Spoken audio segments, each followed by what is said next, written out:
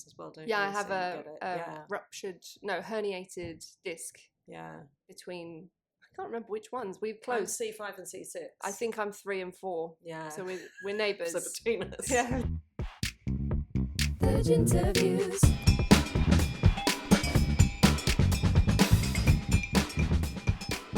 And we are drinking Smidgin. This episode is sponsored by Smidgin Gin. It's made by Adnams, who also make things like Ghost Ship. It's a low alcohol gin. It comes with this lovely copper spoon, and you pour 2.5 mils into your glass, and it's very light and refreshing.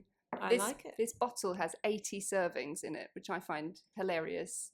It's also really easy to carry, so it didn't hurt as much lugging it here because, it was very small and light. So I'm very grateful to Smidgin for that experience. Thank you. This is the Ginterviews with me, Kerry Fitzgerald, and I'm here, as you've not heard her name yet, but you've heard her voice. It's Miss Izzy Mant. Hello.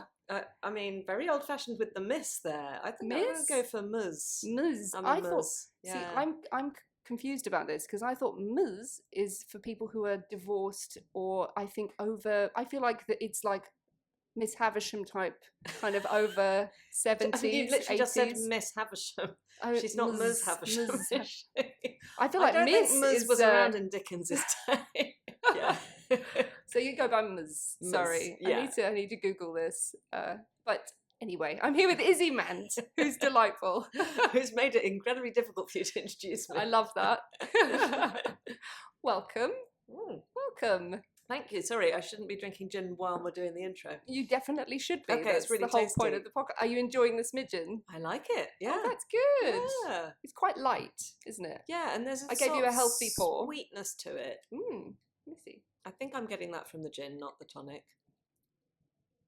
It's a little bit sweet, isn't it? It's not as bitter as some other gins, for sure. Yeah. And I've sampled quite a few now, and so this is quite nice to have a light one. It's refreshing. Yeah. Like a summer's afternoon. Yeah. And also, I'm probably not going to be horrendously hungover tomorrow, so that's Here's a winner. Here's hoping. So Izzy is an amazing writer and stand-up and an ex-producer. Is it fair to call you an ex-producer? Yes. It's not like you and producing fell out, but it's something you used to do. It's something I used to do before I found writing. Yes. Yeah. Before you decided to reclaim that space, I guess, and put yourself in the middle of the story, making the story that you want to make, right? Yeah. And having that control. Yeah. As a producer, you worked on some amazing things, which we will touch on before we then touch on, your amazing work now. A potted history. I'll see what I can remember from your IMDb.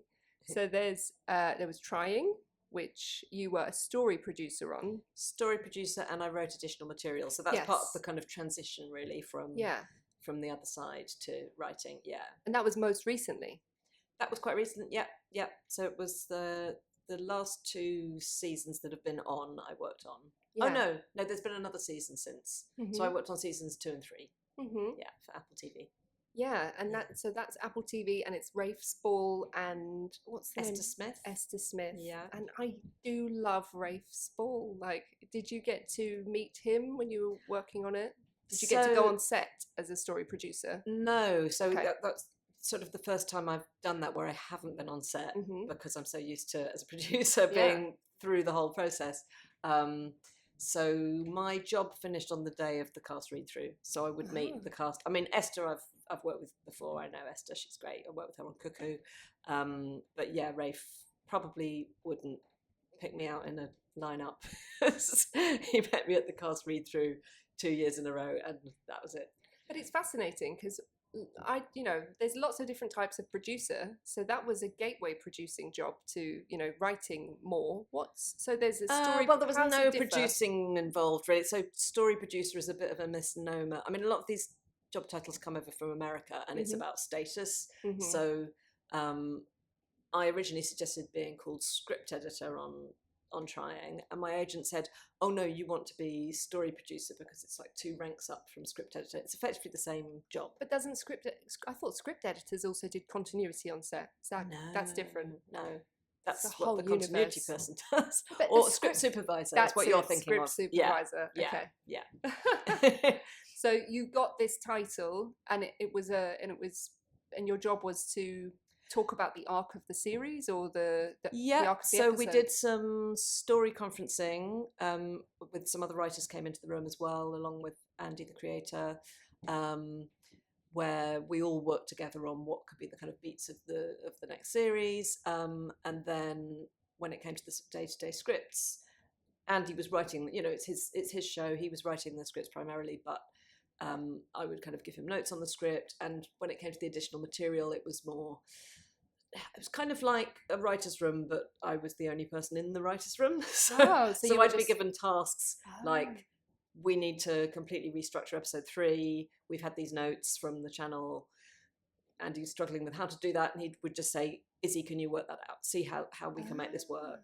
Or I'm struggling with this scene. Can you just write a first version of it? And then I'll rewrite it. So yeah, kind of like what a writer's room does, but there was only one of me. Wow. So that does sound like your title should have been something like a script editor, or like, because story producing to me sounds more like less about the nitty gritty of the script, but more about the sort of overall picture of the story. And I mean, that was a very particular case, because you never really, there's a lot of jobs where you don't really know what your job is going to be until you do it. Yeah. So the job title is sort of agreed between everyone and your agent and the execs and the production company. Yeah. And that goes in the contract, and then you find out what job you're actually doing. That must be terrifying. So you're like, it's fine, because on that I did argue. I said I should really have an additional material credit because I am writing on this, and they said yeah, fine. So I got that credit as well. Yeah. And how did you get that? Did you know one of the producers, or did you know the writer and the creator? So that was the second time around. They asked me to come back, so I had leverage. So I just said, if I'm doing it again, I now know what the job is. Mm-hmm. I know it will involve a little bit of writing, and so I'd like a credit for that. Good, so, good. And it's hard as a woman sometimes to ask for these things. I was leaning in. Yes. What's her name? I can't remember either. Cheryl. Oh God, that's terrible, isn't it? It's gone. It's a great book. Yeah. So you worked on Trying. You said you worked on Cuckoo. You mentioned that already. Yeah. And you also worked on Peep Show. Yeah. And Toast of London. Yeah. Trying to think of some others. The Windsors. The Windsors. The first 2 series of the Windsors. And the Harry and Paul. Their sketch show. Yes. The BBC. Yeah. And so, just sort of looking at all of that stuff, what was the most fun day at work you might have had in your role as a producer? You know what I'm going to say. Is it when you got to sniff John Hamm? Yeah. Yeah. Listeners, there was a prior conversation between me and Kerry about this, where she's like, I am going to be asking you about John Hamm. Because That's how I knew what John Hamm. How did you do that? He's a genuinely lovely man. And by the way, I'm being flippant. I'm sure I could name lots of other days that were more, creatively fulfilling, where we just created an amazing piece of comedy, and it was just amazing to be there and be part of it. But I'll tell you the John Hamm story. I think he was a fan of the show. He'd seen the previous series of Toast of London. I think Matt Perry ran into him at the Groucho or something. There was some kind of amazing bit of serendipitous networking hey, that happened. Be in my show. Yeah. Oh. And he loved the show, so he agreed to be in it. He's a nice guy. Yeah. And so he was playing himself, John Hamm as John Hamm, and so the whole joke of it was playing on his persona as this incredibly suave and sexy man, as he indeed is. And there was a scene where he had to take his shirt off, and Toast of London is spying through the window on the opposite side of the street, because he's got a bit of a crush on him, and it's kind of getting a bit sexual. And all he had to do in the scene was take his shirt off. But the person that you now know is called the script supervisor, who looks at continuity and so on, went up and said, we've worked out what time of day we think it is in the script in this scene, and we just need to set the time on your costume watch to make sure it's the right time of day for the scene. And John Hamm, knowing that he was going to be taking his shirt off in this scene and doing nothing else, said, you really think they're going to be looking at my watch?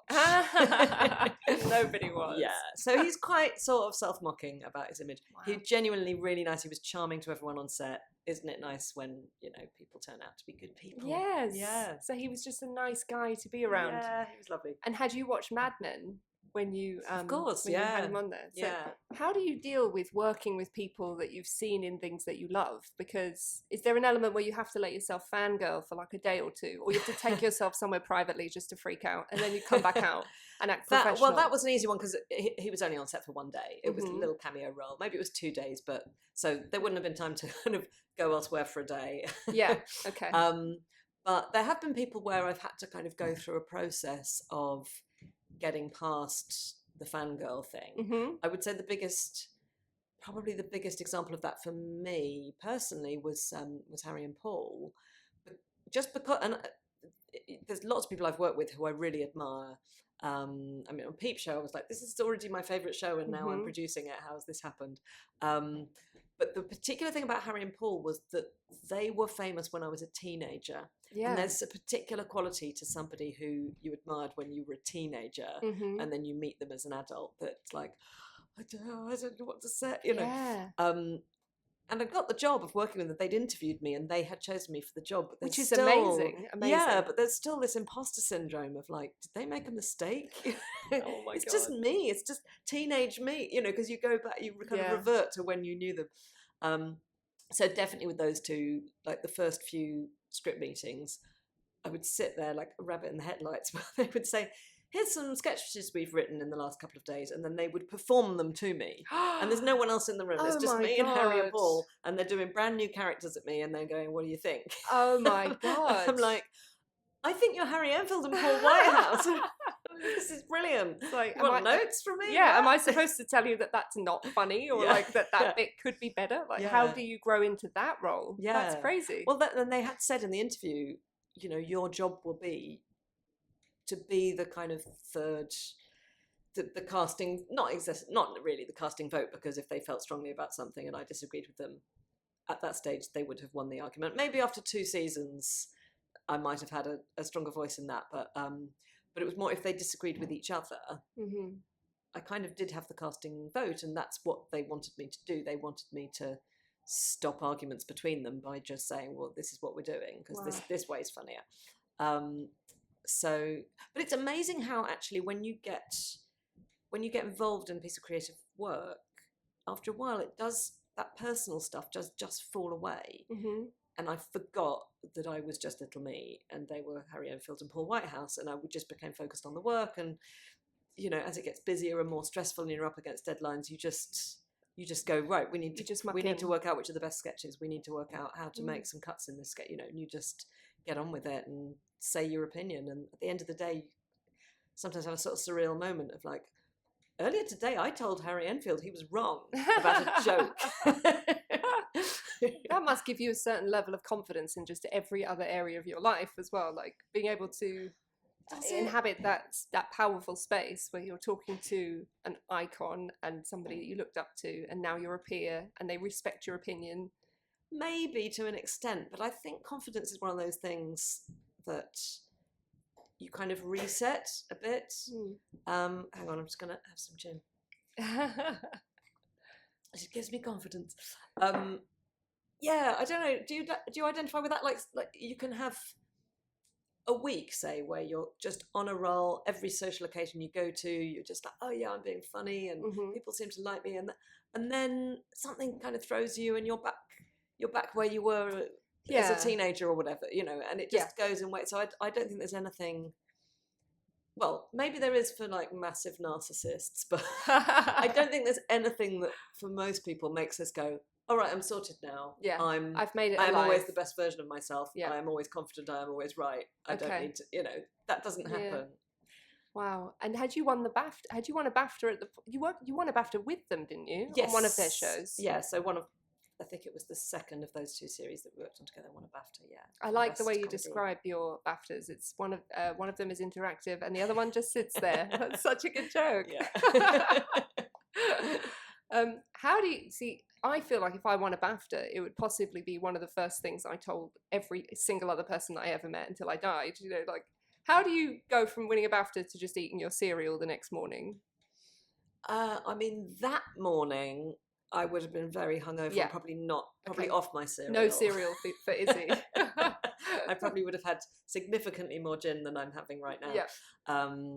when, you know, on the night of the BAFTAs. No, that does give you. I mean, anyone who pretends that awards aren't like it isn't fun to win an award is lying. Like I feel they must it's be. really nice. Come on, yeah. You're being And it is really horrible when you don't. yeah. Even though you tell yourself, it's amazing that I'm even here. It's I've been amazing nominated. that we've been nominated. Wow. Yeah. There's that thing when they read out the name, you can hear, like, in your head, you can hear like the first syllable of what your show is called. Yeah. Or I imagine with actors, it's like the first syllable of their name, Mm-hmm. and then the first syllable comes and it's not your show, and you just can't help going, that's disappointing. But yeah, it's lovely to win one or two. or two. And you were nominated. So you were nominated for some others, weren't you? Yes. So in fact, that year that we won with Harry and Paul, so there's 4 nominees in each category. This was for Best Comedy Show. And one of the other nominees was also something I'd produced. So I had you were 2 nominated out of 4. What? So I had a good chance. Good. Yeah, good odds. Yeah. Wow. Yeah. What a year. Yeah. Jesus Christ. The other one was Catherine Tate. It was a Sky, they were called Little Crackers, and they were like short little autobiographical comedy films by famous comedy people. And it was Catherine Tate's one of those. So yeah. Goodness me. Yeah. That's some night out, isn't it? Like nominated in 2 categories, or in Yeah. 1 category, but for 2 shows. Yes, but genuinely, you'll think I'm lying because 2 out of 4 shows. It's pretty good hit rate. So you're going for 4 out of 4. However, genuinely, I did not think that either of them were going to win because I ran into a top exec in television who will remain nameless in this because I'm very discreet and they don't come out well out of this anecdote. Yeah. Who was on the jury that year, and people who were on the jury love to kind of lord it over everyone else. And I've been on juries, and I've probably done this myself, but you just feel like, oh, I've got this special knowledge. But actually, you don't know who's won because the winner is voted for by secret ballot. Mm-hmm. But you do know what the discussion in the room was, so you can kind of get a feeling of maybe which way it might go. Mm-hmm. But sometimes people kind of really advocate one show in the room and then vote for something else. And I think this must be what had happened here, because this exec came up to me and just kind of earlier in the evening and just kind of quietly said, look, don't get your hopes up, basically. Neither of your shows have won. I know what's won. I mean, it's pretty clear what's won, and it's not your shows. So was the first thing you said a thank you to that exec when you got up to do your speech? So I saw him later. It turned out he was pulling my leg. It was his idea of a joke. Oh, that's so not funny. Yeah. Did you feel sad? Did you feel heartbreak?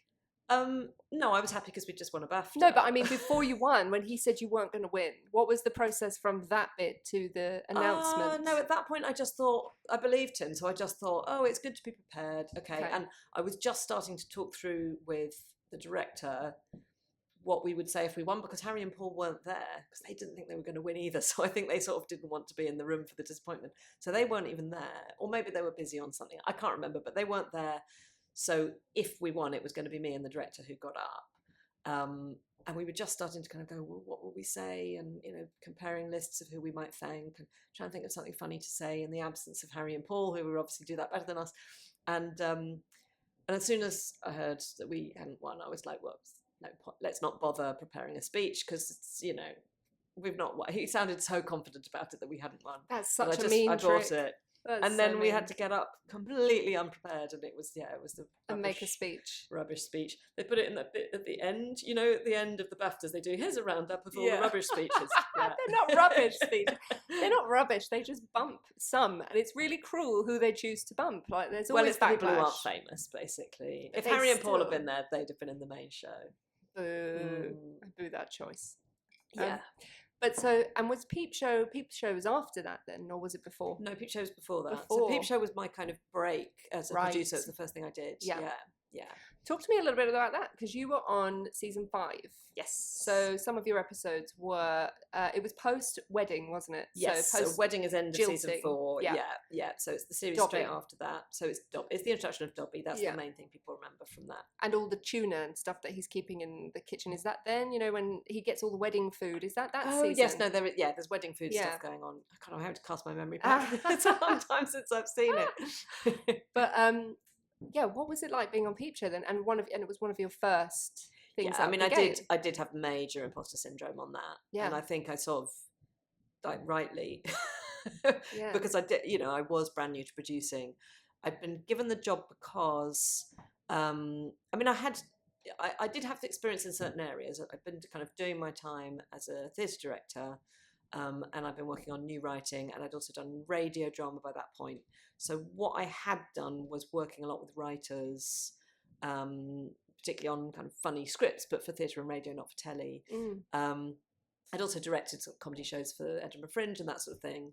And I'd worked with performers as well. So I had those two bits of the puzzle, but I hadn't, like most people do, getting to produce. I hadn't worked my way up within television. I'd been trying to get into telly, so I've been making little tasters and shorts and things like that, but I hadn't been on a set of that size as a runner, as a first AD, as a production, any of these other kind of jobs on the way there. It was insane. So suddenly I'm on a set where there's 100 people. Not only that, you're hiring them because you're the producer, well, right? So you're partly. I mean, yeah, by series 5, that show kind of ran itself. So the heads of department, like production designer, so on, you know, they were just the same people from the previous show. What, you know, if it ain't broke, don't fix it. So I wasn't hired. I mean, I was obviously involved in casting and that sort of thing. But yeah, I was like nominally the boss of all these people, and I didn't really know how a telly show at that level worked. And I've been given the job because Sam and Jessie, I mean, I'm so grateful to them to this day. They basically trusted my sense of humour. So I'd worked with Sam on something. It was a proposed radio comedy adaptation of a short novel that he'd written years before, and it didn't get commissioned, unbelievably, but we'd kind of worked together in detail on a script, so he kind of knew, and he introduced me to Jessie, and we just had a few chats, and they said, yeah, we don't need somebody who's got kind of production management background and who knows the system. We just want somebody who we sort of trust to be our eyes and ears on set and kind of represent the script when we're not there. So they really took a punt on me. And I suppose I could have just tried to just keep reminding myself that I'm here because Sam and Jessie trust my sense of humour for some reason. But yeah, the imposter syndrome was kind of inescapable in that situation. Yeah. But it was still fun. I mean, it was still amazing to be working on that show. A great place to learn, I'd imagine. Yeah. Oh, yeah, yeah. And it led to everything else I did afterwards. So, yeah. That's why I'm so grateful to Sam and Jessie for kind of giving me that gig, even though I'd done so little in telly. And on that show, how are they, when they're shooting opposite each other and they're looking at the camera, are they always off camera helping each other out? Like, what's the logistics of the actual shoot? Yeah, so there's always... the camera is always in place of one of the characters, whoever's POV you're doing, and the actor in question will stand behind the camera and read their lines, so you get the kind of the right performance. And and because that again is like another level of it not being normal. So you come onto this set and there's all this other thought. I guess, that has so to the go first into TV show I production. produced is filmed in this crazy way. And it did take some getting used to after that. People weren't looking into the camera. On the other shows I worked on. I mean, I'm exaggerating a bit, but yeah. Did it mean that it was like a quicker shoot or a slower shoot? Like, did it change because of that? I guess it must be much quicker because they're not doing like 5 different setups. They're just doing one. Two. I'm trying to remember now. Yeah, I mean, you don't need like you're not a doing wide a wide shot. Yeah. You're not doing. Yeah, there's like one wide if there's shot. There's a lot in the of people in the scene. It takes a long time. Yeah. Particularly, you know, if you might be using quite a few people's points of view, because also you need some flexibility in the edit because it's such a weird filming style. You might realise, actually, we need to be able to see those 2 people, and the only person in the room who can see those 2 people at that moment is this really minor character. Yeah. So even if you weren't even if it's not in the script to have that person's POV, you might film their POV anyway, even if they're quite a minor character. If it's a scene with lots of people in it, so those scenes would take a long time because you would get coverage of everyone. And had you already met David and Rob? I'd met David socially.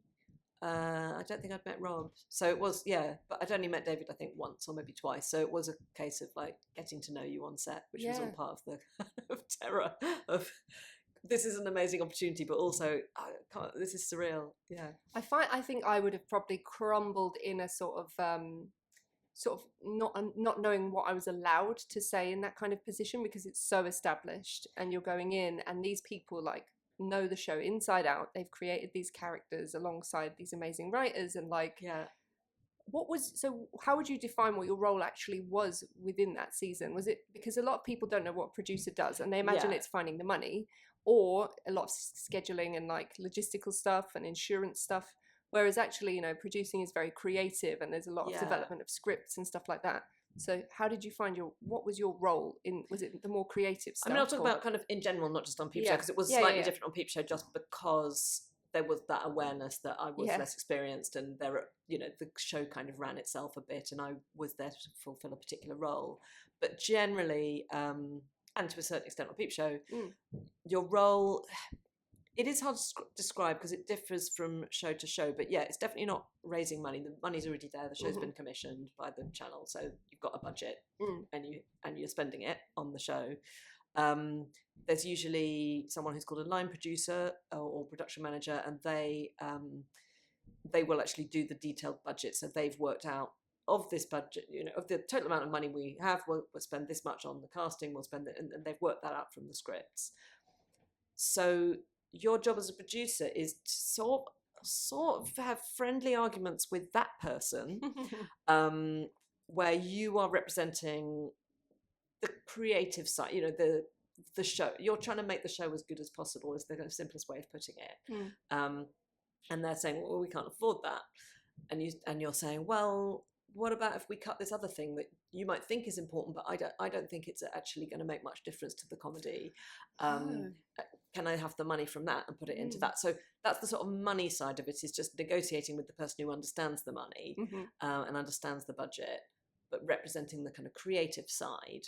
And then you also do that with all the other heads of department as well. So you'll have, one of the props people will come up to you and say, do you want this massive vase or this tiny vase for the next scene? And you have to make a quick decision about which is funnier, depending on what happens with the vase. Hey, I like big vases. Yeah. If there's anything I know about you, is you love a big vase. That's my thing as a producer, I always go for the big vase. Just look out for the big vases. Watch my shows, you'll see big vases everywhere, yeah. They call her Izzy Big Vases. Yeah.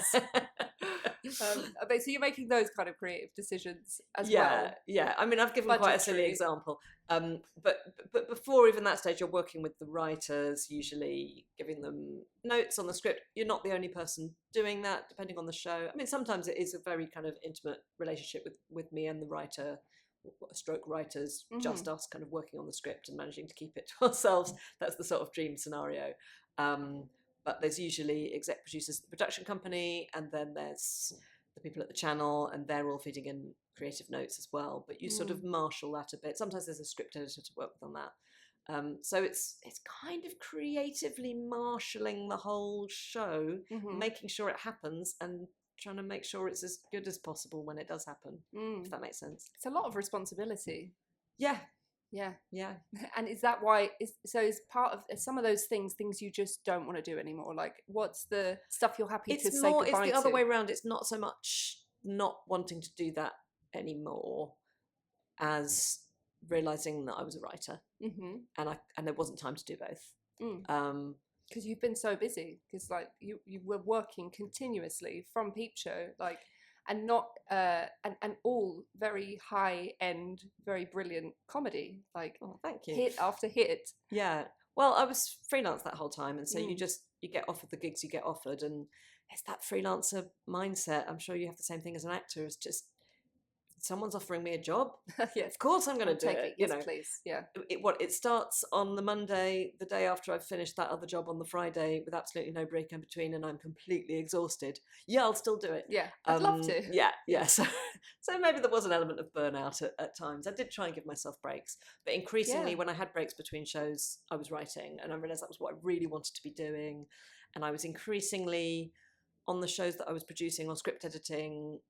You get involved in the script anyway, but I was getting more involved in the script and finding myself kind of writing more. And I think once you cross over that line, that actually makes you a less good producer, because it's not good for a writer to be working with someone who kind of wants to be writing themselves. So that was another good reason to sort of step away from producing and go, well, if I want to write, then I should find out if I can do it. I should have the courage of my convictions and write my own scripts rather than just give other people notes. Yeah. And you come from now, you're coming from this place where you've got these years of experience of like knowing how to sharpen something, knowing about things maybe writers might not think about, cost and casting, and like do you sometimes write with a producer head in that way? Like, this would be too big a cast, I would be shooting in 5 different countries, I couldn't possibly write this comedy, like it would be too expensive? Or do you solely now think, do you know what, not my problem, I'm not going to produce it, I'm going to write this, it's going to cost £5 million per episode? To an extent, I think about that stuff. Well, I think I just instinctively, but I think most writers would know if you write something that's set in 5 different countries, it's going to be harder to get it commissioned than if it's set in one room. Yeah. So to that extent, I bear it in mind. But I definitely don't think, oh, there'd be a lot of extras in this scene and that's going to cost that. Or I try not to think like that, because I think that can be really stifling creatively. And having been a producer, it's quite nice not to think like that anymore. And have somebody else say, no, you can't do that. And I'm like, okay, I'll find an ingenious solution. But definitely the script editing side, not from a kind of budget point of view, that sort of thing, but more just in terms of story structure and creative ways of solving story problems, is really helpful. And that does still kind of come into play when I'm writing. You were amazing. You read like the first 10 pages of one of my pilots as well, and your notes were just, I mean, I didn't expect them to be anything less than incredible because of who you are. And, it was just like, wow, this is my notes on the first 10 pages. Your work, I've read your scripts and they are so tight and like funny. And yeah, it's just so, I think it's so incredibly brave to leave one part of the industry when you're at the top of it. You're doing so well. You've got so much work coming to you, so many people who trust your judgment and trust you to sort of steer their ship, and to take a step to the side and go, now I'm gonna do what I really, really want to do. And I feel that that's the bravest thing, because there was no safety net in that either. Yeah, but I sort of had to do it. Just got to that point where I was so frustrated not writing, but I just had to make the time to do it. Are you allowed to talk about what you're doing at the BBC? Yeah. Yeah, tell us. So this is for a BBC scheme called, I think it's just called Pilot, but we're not learning to fly. It's there's 10 of us drama writers, and it's one of the schemes connected to the BBC Writers' Room, but it's for writers who've already started their career, but kind of fairly early in their career. And it's a good scheme because it comes with a commission. So we've all had a pilot commissioned of our idea that we put in, and we get paired with a production company. So I'm working with Company Pictures, who are great. They made Wolf Hall, they made Shameless back in the day. They're really prestigious production company. I'm really liking working with them. So yeah, I think I can tell you about it. Please tell, because I already know what the show's about. So it's called Invisible. So good. Thank you. It's called Invisible, and it's about 3 middle-aged women, and you know what everyone says about middle-aged women, they feel invisible. Well, these women can actually literally go invisible. I won't go to all the details of it, but there's a mechanism via which the gin's kicking in. I love that. Goes for the mouth first. That's what Am I still visible? Yes, I haven't. This gin hasn't sent me invisible. Just checking. So they are middle-aged women who can literally go invisible. And what do they do with this power? And it's a comedy. It's a comedy drama. Comedy drama. Okay. Clearly it's got a comic. You can tell from the premise it's got a sort of comic tone to it, but it's slightly more down the drama end. It's hour-long episodes. Let's face it, it's for a drama scheme, so they want a drama. Of course. Yeah, it has to be comedy drama. Comedy in brackets, capital D. Every now and again I write a scene and I think that's too funny. Stop being so funny, Izzy. God damn it. I mean, they must expect comedy with you and your background, though. It's like... it's a comedy drama for sure. Yeah. And have you mapped out the whole series? Do you have to, as part of the development process? There's a mystery at the centre of it, which is obviously why are they going invisible? Who is doing this to them? Yeah. I know the answer to that mystery, but I don't have kind of every beat, just because that's a lot of work and I don't have to do that yet. No one's paid me to do that. They've just paid me to write the pilot script. Love that. Yeah. I was just going to briefly touch on your stand-up, and then I was going to ask about your inspirations before we wrap up. So that might be linked. I don't know whether some of your comedy inspirations are gin inspirations. Gin inspirations are why don't you riff on that? The gin has gone to my mouth and my heart, but not via your head. It's bypassed your head, gone straight to your mouth. Oh yeah. That's number 1, number 2, and then eventually number 3, and then it lights up. Does it ever go to your hair? It does, actually. You know, when you've had a few and the hair just you get ginny hair. In one of the podcasts that we shot, I got horrendously drunk, and it's hilarious looking at a picture of me before I was very drunk and then after I was very drunk. Did you notice that? I was asking Ed, the camera guy. Yeah. The hair was so much bigger, and like, I don't know what happened. It had a life of its own. I am feeling slightly drunk, I will confess, right now. And I think for the last sort of 20 minutes or so, I've been doing voice you do to your parents when you're a teenager and you're trying to pretend not to be drunk, like instinctively. Oh honestly, you're in a safe space. And then we did the video and I didn't like my top. No, you're in a safe space. Okay. I did one where I was talking so you told me about and I had to delete the file. I can't listen. Genuinely. Yeah. But yeah, genuinely. Who are your comedy heroes? Oh, or ginspirations?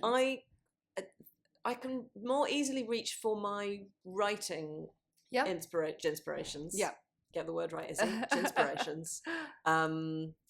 I mean, a lot of them are people I've worked with, like Sam Bain and Jesse Armstrong. You know, what a privilege to work with them, and I was big fans of their work before I did. Who else? Aaron Sorkin. I mean, sometimes you admire the people who do the things really well that you don't think you do. So I'm pretty confident when it comes to structure and kind of solving story problems and character and so on. But dialogue is always the thing I feel like, is my dialogue good enough? I'm really hard on myself about dialogue. So I think that's why I admire Aaron Sorkin, because he just seems to like effortlessly write this brilliant dialogue. And he puts so much dialogue in as well. He puts like 3 times anybody else. Yeah.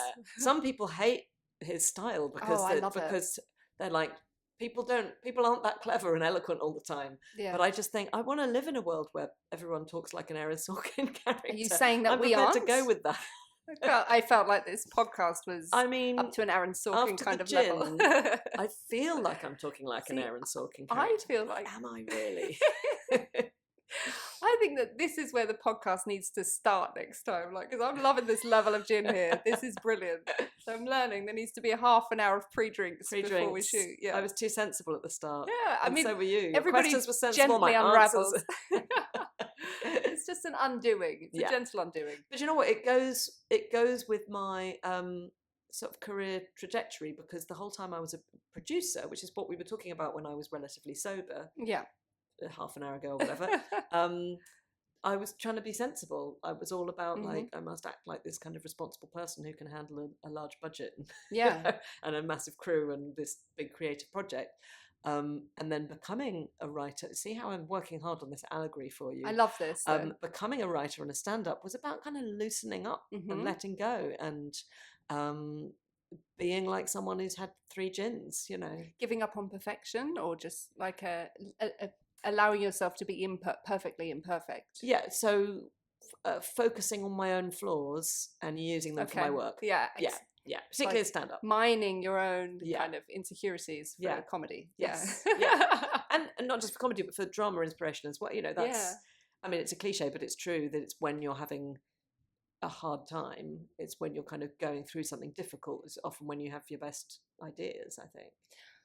Yeah, maybe, because there's a lot of pressure, or like sometimes it's an outlet as well while you're feeling that stuff. Yeah, I think there's a nice joy in letting go of this kind of responsible or perfect kind of image of who you're meant to be. Yeah, I think so. Yeah, for sure. And so that's in your work. That's coming in the. Well, you know, there is an irony, because whether kind of completely consciously or a little bit subconsciously, at some level, I did see starting stand-up as a way of letting go of Mrs. Sensible. Yeah. Sorry, Ms. Sensible. And just going like, yeah, I'm just going to tell embarrassing stories and just be silly and, you know, show this kind of quirky other side of myself. And just let it, like Mrs. Maisel, just let it all out on stage. And then I start doing stand-up, and there's this weird thing when you start doing stand-up that everyone tells you what your style is, and it's part of the process. Yeah. It kind of, you're trying to find your voice, and people are helping you with that, and they're telling you how you come across. And it's like being a teenager, you know, when teenagers sort of like, you're the sensible one, and you're the crazy one, and you're, you know, everyone likes to define each other's personalities. And that happens to you as a stand-up. People say, this is your persona. Yeah. And what everyone was saying to me, guess what?